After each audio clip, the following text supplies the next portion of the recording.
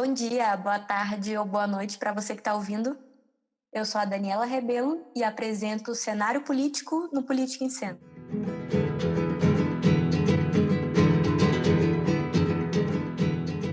Nesse terceiro episódio do Política em Cena, nós estamos aqui com Rômulo Carvalho, que é defensor público do Estado de Minas Gerais, conselheiro penitenciário do Estado e é também doutorando em Direito Penal e professor da PUC Minas.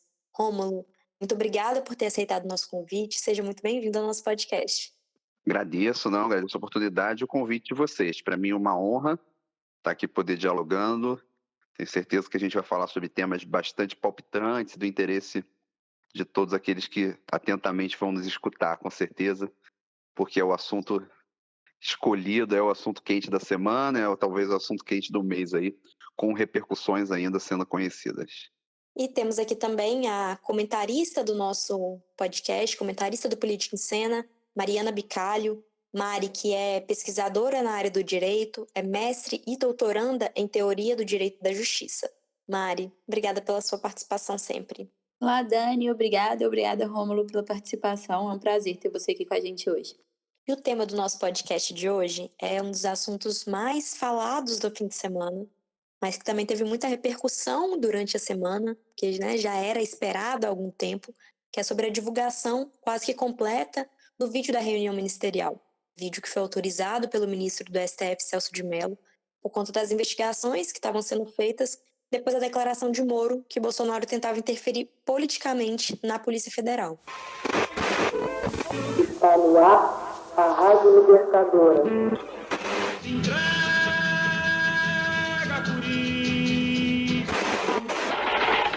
Tá rodando? Uai, gente, como é que faz pra gravar esse trem? Tá gravando? Alô, alô, Brasil, alô, alô, América Latina, alô, alô, mundo. O que você acha da liberdade de expressão do intelectual e do político, do artista e do jornalista nos dias de hoje? O que você acha do futuro democrático do Brasil? Tupi ou não tupi? Tupi ou não tupi, ser ou não ser a questão. Eu queria começar, Rômulo, te fazendo uma pergunta a respeito da repercussão que esse vídeo gerou nesse fim de semana. É claro que é comum que apoiadores do governo e a oposição tenham visões diferentes sobre um acontecimento. No Twitter a gente viu as duas hashtags subindo. Tinha lá a hashtag do Bolsonaro reeleito e a hashtag Bolsonaro acabou. Mas existem também avaliações distintas entre especialistas que estão avaliando esse momento sobre os desdobramentos políticos que esse vídeo pode gerar. Alguns estão dizendo que ele poderia prejudicar muito o governo por conta das declarações que foram feitas e agora expostas, e outras de que poderia inclusive favorecer e, para além disso, fortalecer a base do governo.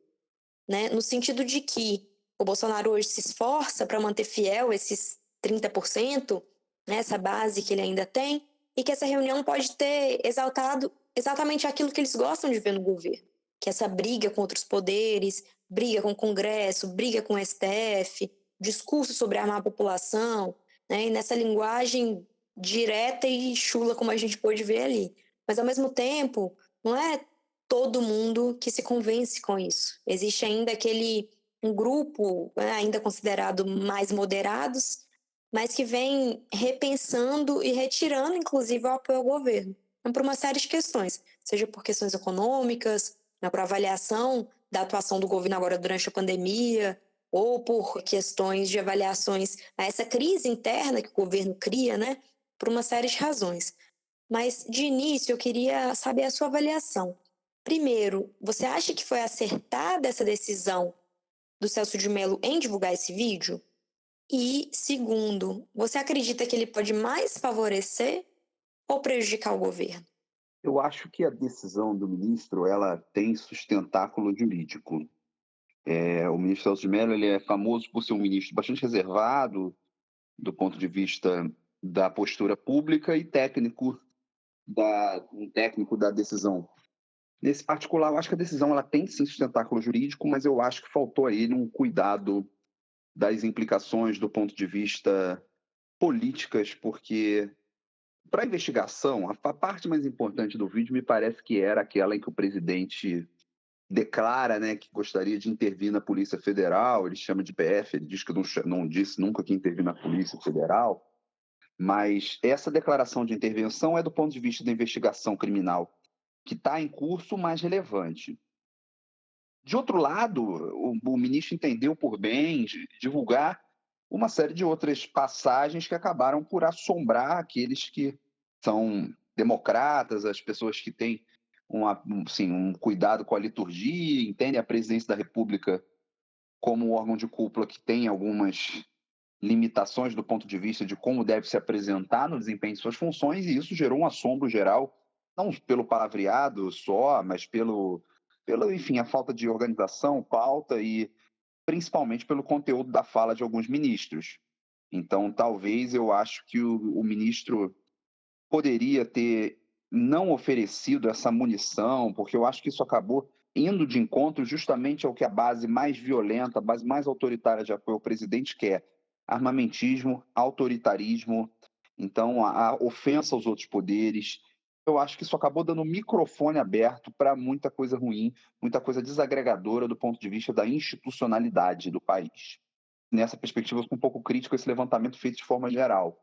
Mas, do ponto de vista técnico-jurídico, ele tem sim sustentáculo. Então, eu vi alguns ataques ao ministro, o próprio presidente tuitou hoje, dizendo que, dando a entender uma indireta no sentido que seria abuso de autoridade, porque isso resvalaria numa ofensa à intimidade, enfim, poderia prejudicar aquela pessoa e não teria conexão com a investigação. Mas a gente está falando de uma reunião, enfim, pública, né, da presidência da República, onde se apura possíveis crimes por parte da autoridade da presidência. Então, eu não vejo de forma alguma como essas ameaças, essas tentativas de intimidação que o Supremo tenha sofrendo possam ter sustentáculo jurídico. Mas a gente sabe que essa narrativa ela cola com os apoiadores do presidente. Acho que tem muita gente assustada, muita gente comprometida com o Estado democrático que está cada vez mais em choque, mas essa divulgação, eu tenho medo que ela possa servir de um marco, de um reagrupamento de uma base muito violenta, muito autoritária, que atua em defesa do atual presidente da República. Mari, qual foi sua avaliação? Concordo com o Rômulo, acho que inicialmente o vídeo ele fortaleceu de certa forma o discurso daquele núcleo duro, né, do bolsonarismo. Ainda acho que é um pouco cedo para a gente conseguir medir todas as consequências políticas do vídeo. Ao longo da semana, eu acho que vai ter uma luta de narrativas, né, que vai ser desenrolada e que pode ser aflorada a qualquer tempo, com novas revelações, tanto da mídia quanto do campo jurídico. Mas eu acho que também não acho que o bolsonarismo vai crescer a partir com o vídeo, não. Acho que ele só fortalece aquele núcleo duro que ele já tinha e queria se manter independente do vídeo. Também acredito que a repercussão do vídeo pode contribuir de certa forma, mesmo que pouco, para desestabilizar aquelas pessoas que até agora estavam indiferentes à situação, para que elas comecem a se preocupar um pouquinho com esse processo todo de fascização da política e da sociedade, com o desmonte da democracia liberal, porque eu acho que cada vez mais fica mais claro, fica mais visível para a maior parte da população. Então pode ser que esse vídeo tenha influência sobre essas pessoas. Não necessariamente essas pessoas são ligadas à política tradicional, mas que começam a se preocupar com o futuro do Brasil, né, e após a pandemia. E sobretudo com esse descaso do Estado. Essa própria ausência de políticas públicas efetivas, eu acho que também vai acabar contribuindo, né? Tanto para o aumento de vítimas, quanto para o aumento de pessoas desamparadas socialmente, que também vai acabar desgastando o governo ao longo do tempo. E na reunião a gente percebe que o Bolsonaro ele já está um pouco preocupado com isso. No entanto, que ele toda hora ele cita os ministros e ele chama os ministros para aparecer mais politicamente, né? Que ele de certa forma não quer apanhar sozinho.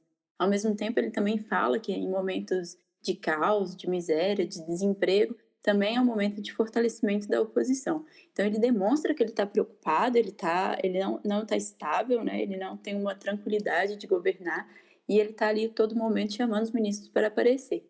E aí eu acho que por fim é importante a gente lembrar também que não há um diálogo só de esquerdistas, um duelo, né, na verdade, entre esquerdistas e bolsonaristas, mas tem um lavajatismo também que está nessa disputa de narrativa política.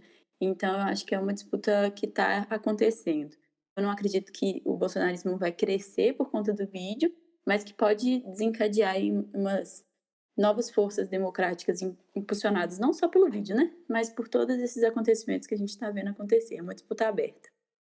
Agora, gente, em termos de provas concretas, assim, você falou agora, Rômulo, inclusive, que Bolsonaro fica apresentando como justificativa que não falou sobre a Polícia Federal, né? Ele fica apresentando que estava falando sobre sua segurança pessoal, enfim, uma série de justificativas para poder tentar sair disso.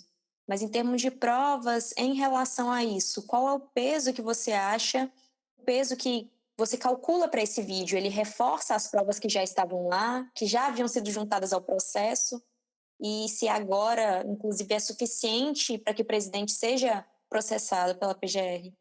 Então, a avaliação é a seguinte: eu acredito que já existiam elementos, né, de que existia um movimento, vamos dizer assim, para que a nomeação atendesse a interesses particulares do presidente da República, a partir do que disse o ex-ministro da Justiça e da Segurança Pública, o ex-juiz Sérgio Moro. Ele teria dito que o presidente fez intervenções, ele não acreditava e entendia que aquilo não tinha motivo do ponto de vista da compreensão dele, e esse foi um debate que se instaurou lá no momento da renúncia, né, enfim, do cargo do ministro Sérgio Moro, e quando isso deságua agora no vídeo, quando isso deságua em tudo que está vindo à tona agora, a gente verifica, em tese, ali, indício da prática, me parece, de advocacia administrativa, que é o patrocínio, direto ou indireto, de interesse privado, né, particular, junto à administração pública, quando o agente público se utiliza do cargo para isso. Seria o presidente, para quem não é familiarizado com a linguagem jurídica e penal, o presidente utilizando-se do cargo de presidente para tomar decisões, né, para assegurar interesse privado. Esse interesse privado, nesse caso, seria a proteção à sua família, de investigações que o filho, Flávio Bolsonaro, enfim, estaria implicado no Rio de Janeiro. Isso são coisas que a gente acompanha pela imprensa. Nesse ponto de vista, assim, se o Procurador-Geral da República tem elementos para denúncia, no momento do oferecimento de uma ação penal, você precisa apenas dos indícios da autoria do crime, né? Então, me parece que não maltrataria a técnica uma denúncia oferecida com esse substrato a partir do momento que tem uma declaração filmada e tudo mais do presidente, dizendo que não vai ficar esperando a família dele ser prejudicada. Ele não usou esse termo polido, mas ele que não vai ficar esperando a família se ter qualquer tipo de prejuízo. Então ele trocaria, sim, e iria intervir nas próprias palavras. Mas a gente sabe que o Procurador-Geral da República é um cargo de indicação, ele tem esse componente político decisório também, né? Um cargo de indicação do presidente atual. A gente não vislumbra ainda, porque no debate público eu também estou vendo as opiniões muito divergentes sobre. Ainda não imagino o atual Procurador-Geral da República fazendo uma denúncia com esse substrato probatório, pelo menos que veio a público até agora. Talvez existam outros elementos informativos ou de prova que tenham sido colhidos em outros âmbitos investigatórios que a gente ainda não tem acesso, e isso transforma um pouquinho o caldo aí, a conjuntura. Mas com o que veio a lume, eu, assim, fazendo uma análise, pelo menos do debate como ele está posto hoje, eu acredito que o Procurador-Geral não oferecerá uma ação penal contra o presidente da República.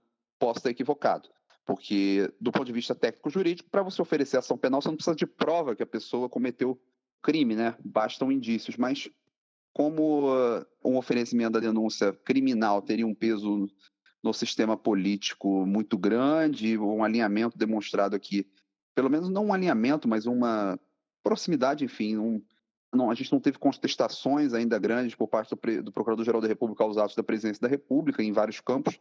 Então não imagino um cavalo de pau aí na postura desempenhada até agora para oferecer uma denúncia em desfavor do presidente, ainda que substrato do ponto de vista político-penal, me parece que sim existiria.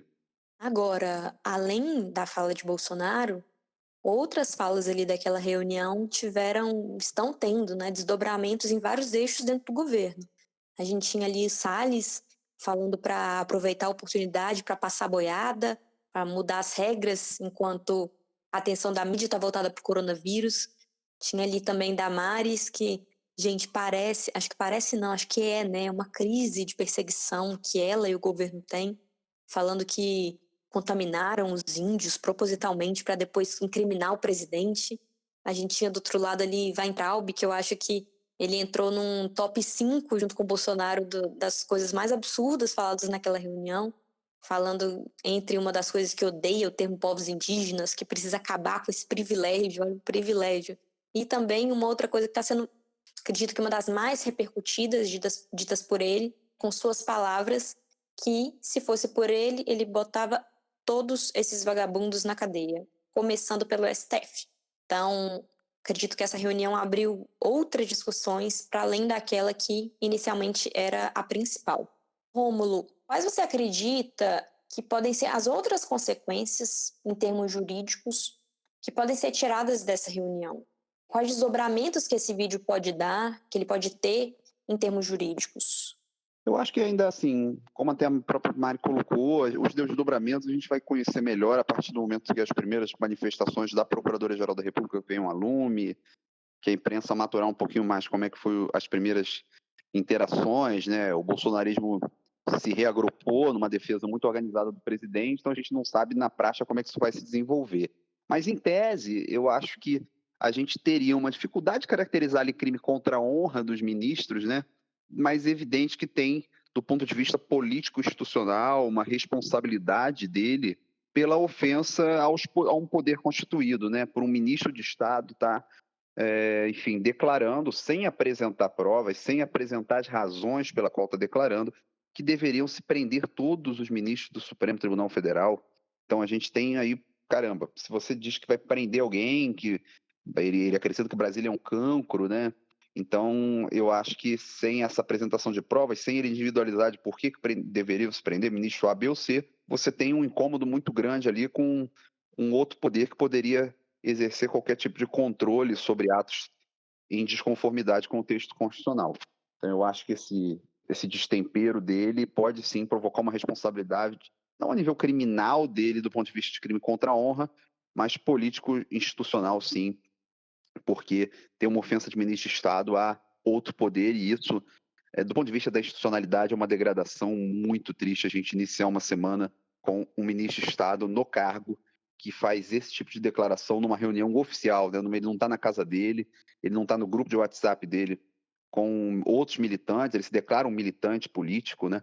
Dentro da reunião, esse é um outro detalhe, mas ele não está fazendo militância, ele está no exercício do cargo de ministro de Estado, no ministro de Estado da Educação, do ponto de vista da institucionalidade da mais alta gravidade, e acho que uma página muito triste para a história do país nessa perspectiva. E essa outra fala dele também é muito complicada, essa questão dos povos indígenas, eu cheguei a twittar sobre isso também. Por que nesse ódio? O que esse povo dizimado, geração após geração, que não fez nada para ninguém, que tenta preservar o mínimo das suas tradições depois de centenas de anos sendo dizimado dentro desse país? Por que ele odeia esse povo? Sério, é do ponto de vista de onde saiu essa gente ruim, assim. É o que eu consigo pensar, porque eu postei uma foto dos indígenas, fiquei refletindo, por que odiar esse povo? Porque do ponto de vista do jogo político, do varejo da política, a gente entende, né? As críticas, a disputa ideológica que está posta. Agora eu odeio os povos indígenas, esse termo povo indígena é uma coisa muito pesada, muito complexa. Eu, sinceramente, fiquei desanimado mesmo. É a palavra até enfim, porque é uma compreensão até complexa, você entender como é que funciona esse tipo de construção, esse tipo de ação institucional, porque a gente não pode nunca descuidar que isso foi dita numa reunião oficial de Estado, na presença do presidente e vice da República e de todo o Ministério. Então é da mais elevada gravidade e realmente uma degradação institucional que eu não me lembro de ter assistido.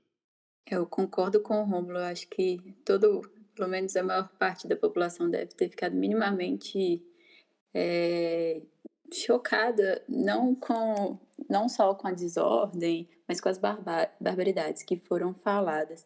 Agora, uma outra questão, Rômulo, que eu acho que a gente pode gerar alguma questão jurídica, é a questão de uma estrutura paralela de informação, né? Que o Bolsonaro aponta como se ele tivesse uma ABIN paralela, com informações de policiais, detetives, delegados, que ninguém sabe quem são e que não deixa muito claro. Então, talvez uma investigação sobre isso possa vir a acontecer, porque a gente precisa saber, né, que mecanismo é esse? É financiado por quem? São servidores públicos? Quem são esses informantes, né? E logo depois da divulgação do vídeo, ele deu uma entrevista em que ele fala que ele teve conhecimento, teve informação de uma possível busca e apreensão na casa do filho dele. Uma busca e apreensão também não poderia ter chegado para ele antes de acontecer, né? Então, eu acho que esse aspecto também é outro que pode vir a sofrer algumas investigações. É o tempo todo ele falando sobre isso. Ou tentando bolar plano junto com o governo para tentar se livrar a sua família, seus amigos das suas próprias confusões, como ele mesmo falou dos amigos dele, da família dos amigos no começo. É o governo criando crise, trabalhando para resolver suas próprias crises, suas crises internas aí, enquanto o mundo aqui fora está desabando. Eu queria colocar aqui, porque eu acho que é importante a gente falar sobre isso, que é sobre o tema da reunião. Logo no início, o ministro da Casa Civil, Braga Neto, que convocou a reunião, inclusive, convocou para discutir o plano econômico da pandemia, e foi se discutido tudo nessa reunião, menos sobre a pandemia. É o grande tema mundial, deveria ser aqui nosso principal tema, mas enquanto isso eles estavam lá focados na defesa do governo. É curioso que ele fala, inclusive logo no início, né? O foco hoje aqui não é a solução dos problemas, mas sim quem é o culpado. Ou seja, o que ele quer dizer com isso? Livrar o governo dessa responsabilidade e criar reunião para eles discutirem lá coletivamente como que vão achar uma solução para quem sai prejudicado não seja o governo, para que o governo não se prejudique eleitoralmente, claro, né? Visando a situação atual e também, obviamente, as próximas eleições.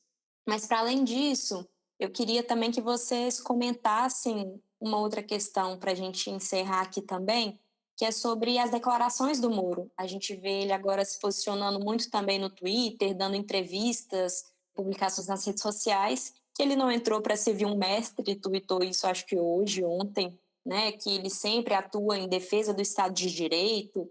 Mas é muito importante lembrar aqui que essa foi uma das reuniões, imagina quantas como essa, né, iguais a essa, já devem ter acontecido, e a gente viu como ele se portou nessa reunião, calado, diante de tudo que ele ouviu, né, ouvindo os ministros dizendo que iam prender prefeitos, prender governadores, falando sobre o STF, e ele não se manifestou sobre nada, né, nenhuma palavra em nenhum momento sobre isso. Né, quer dizer, compactuou com tudo aquilo. Isso porque acho que é importante lembrar também que anteriormente, nas mensagens que foram divulgadas, né, ele mesmo afirmou que se o Valeixo não tivesse saído, ele permaneceria no governo. Então saiu porque mexeu pessoalmente com ele, né, com seu ministério, né, não por questões ideológicas. Ele praticamente agora se coloca aí como opositor do governo, mas sabia desde o início onde estava se metendo, sabia o que era o governo Bolsonaro. É isso para a gente não falar aqui do passado dele. Qual que é a visão de vocês também sobre isso? Eu acho que é complexo demais, né? Porque, olha só, a gente tem o ex-ministro da Justiça e Segurança Pública, ex-juiz Sérgio Moro, compondo o governo durante... Passou um ano, a gente avançou alguns meses, então ele ficou bastante tempo participando desse tipo de reunião, como você bem coloca. Ele não sai do governo. Quando ele sai do governo, ele não declara, não, eu saí porque eu participei de uma reunião em que aconteceu isso, isso, isso. Ele declara, não, eu estou saindo do governo porque teve uma ordem minha que foi atropelada. O presidente não me explicou porque estava trocando o superintendente da Polícia Federal.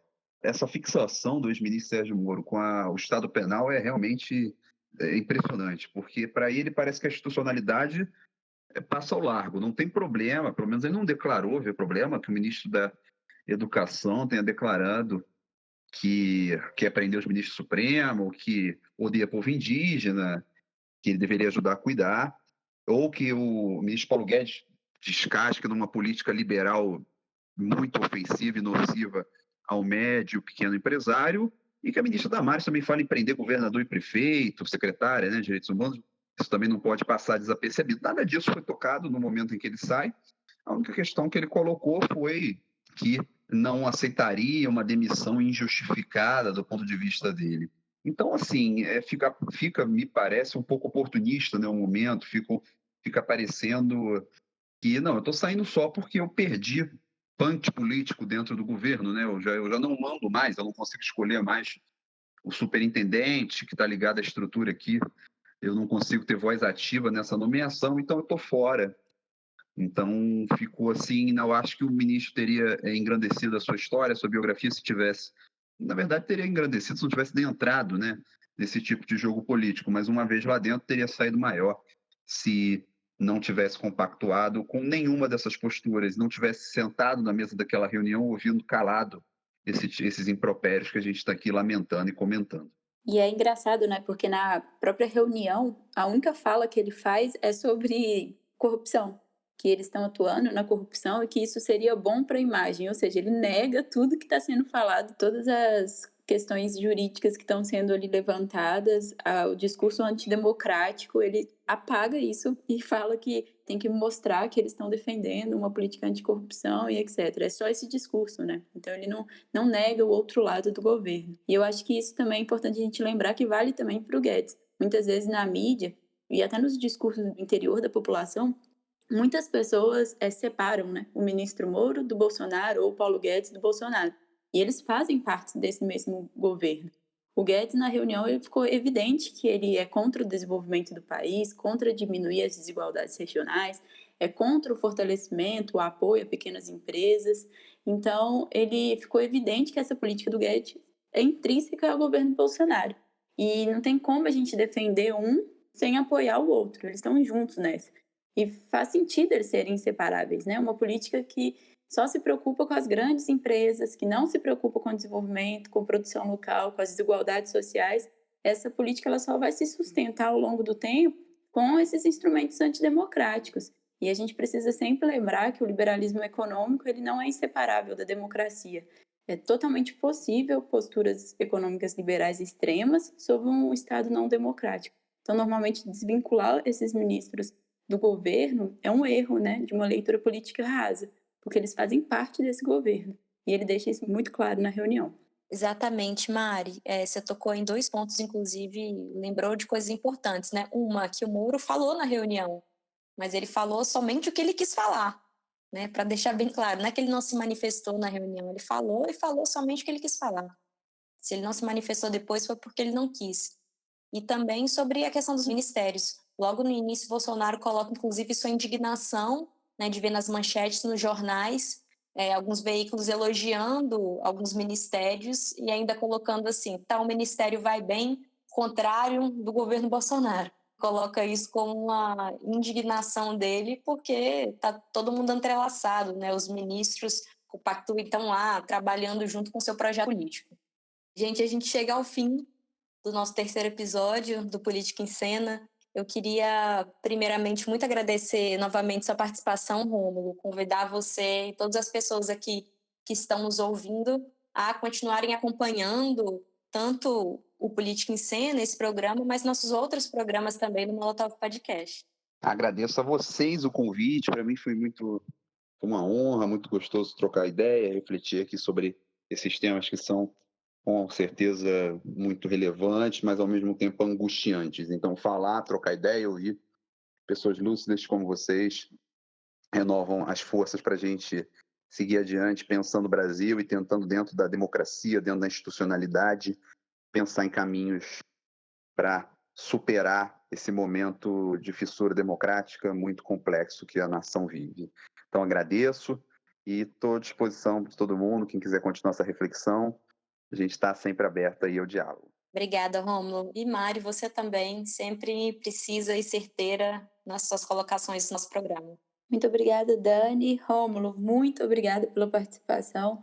É sempre muito bom ouvir você e uma esperança, né, para que a gente consiga que essas ameaças antidemocráticas não se consolidem. Nós chegamos ao fim de mais um episódio do Política em Cena, então nós permanecemos aguardando os próximos capítulos, mas também não só aguardando, mas, né, lutando para superar esse momento difícil, tanto da pandemia, mas para garantir também a manutenção da nossa democracia. Até a próxima, gente! Vou contar uma história, na verdade é imaginação. Abra bem os seus olhos para enxergar